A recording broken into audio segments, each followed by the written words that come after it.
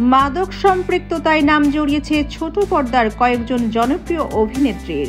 তার মধ্যে সাফা কবির ও মুমতাহিনা চৌধুরী ওরফে টয়ার বিরুদ্ধে মাদক সম্পৃক্ততার প্রমাণ পেয়েছে। এছাড়া ছোট পর্দার আরেক তারকা তানজিন তিশা ও সঙ্গীত শিল্পী সুনিধি নায়েকের মাদক সম্পৃক্ততা ঘিরে অনুসন্ধানে নেমেছে মাদক দ্রব্য নিয়ন্ত্রণ অধিদপ্তর নারকোটিক্স। শুধু তাই নয়, স্বরাষ্ট্র মন্ত্রণালয়ের উচ্চ পর্যায়ে ইতোমধ্যে এই বিষয়ে প্রতিবেদন পাঠানো হয়েছে। একটি জাতীয় দৈনিক এ বিষয়ে প্রতিবেদন প্রকাশিত হয়েছে। এতে বলা হয়, সম্প্রতি মাদক সহ গ্রেপ্তার হওয়া এক বিশ্ববিদ্যালয় ছাত্রকে জিজ্ঞাসাবাদের সূত্র ধরে তথ্য প্রমাণ সহ এসব তারকার নাম বেরিয়ে আসে। এসব তারকা মাদক সংগ্রহ করে আসছেন একটি বিশেষ হোয়াটসঅ্যাপ গ্রুপের মাধ্যমে।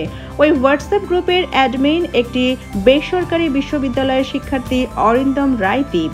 তাকে ইতোমধ্যে গ্রেপ্তার করা হয়েছে। নারকোটিক্স জানিয়েছে, দীর্ঘদিন ধরে বিশেষ নজরদারির এক পর্যায়ে গত 17 অক্টোবর ঢাকা বিমানবন্দরে গ্রেপ্তার হন দীপ।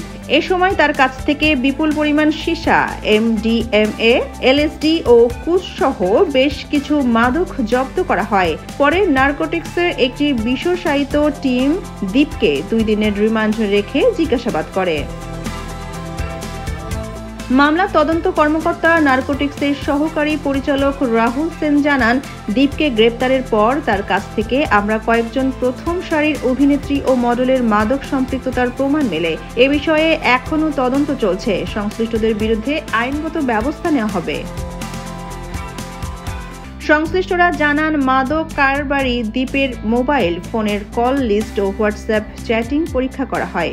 এতে জনপ্রিয় কয়েকজন অভিনেত্রীর মাদক সম্পৃক্ততার তথ্য মেলে। এমনকি তাদের পক্ষ থেকে দেওয়া মাদকের অর্ডার সংক্রান্ত কয়েকটি সুনির্দিষ্ট হোয়াটসঅ্যাপ চ্যাটিং রেকর্ডও পাওয়া যায়। এক কর্মকর্তা বলেন, দীপের হোয়াটসঅ্যাপ গ্রুপে সাফা, টয়া, তিশা এবং সুনিধি নায়েকের নামে সেভ করা কয়েকটি নম্বর থেকে নিয়মিত মাদকের অর্ডার দেওয়ার প্রমাণ পাওয়া যায়। নম্বরগুলো রেজিস্ট্রেশন রেকর্ড যাচাইয়ে দেখা যায় সেগুলো সাফা কবির ও টয়ার নামেই রেজিস্ট্রেশন করা। তবে তানজিন তিশার নাম্বারটির তার মায়ের নামে রেজিস্ট্রেশন রয়েছে। তদন্ত সংশ্লিষ্টরা জানান, দীপ গ্রেপ্তার হওয়ার পরপরই সংশ্লিষ্টরা তাদের মোবাইল ফোন থেকে গোপন চ্যাটিং রেকর্ড মুছে ফেলার চেষ্টা করেন, কিন্তু তাৎক্ষণিকভাবে দীপের মোবাইল ফোনের ইন্টারনেট সংযোগ বিচ্ছিন্ন করে দেওয়া হয়। এতে মাদক কেনাবেচা সংক্রান্ত চ্যাটিং রেকর্ড মুছে ফেলা সম্ভব হয়নি। গোপনীয়তার জন্য বিভিন্ন সাংকেতিক নামে এসব মাদক বিক্রি করা হয়ে থাকে, যেমন MDME নামে LSD, অ্যাসিড এবং এক ধরনের তরল গাঁজা THC নামে কেনাবেচা হয়। ইলেকট্রনিক সিগারেটের মতো ভেপ আকারে তরল গাঁজা সেবন করা হয়।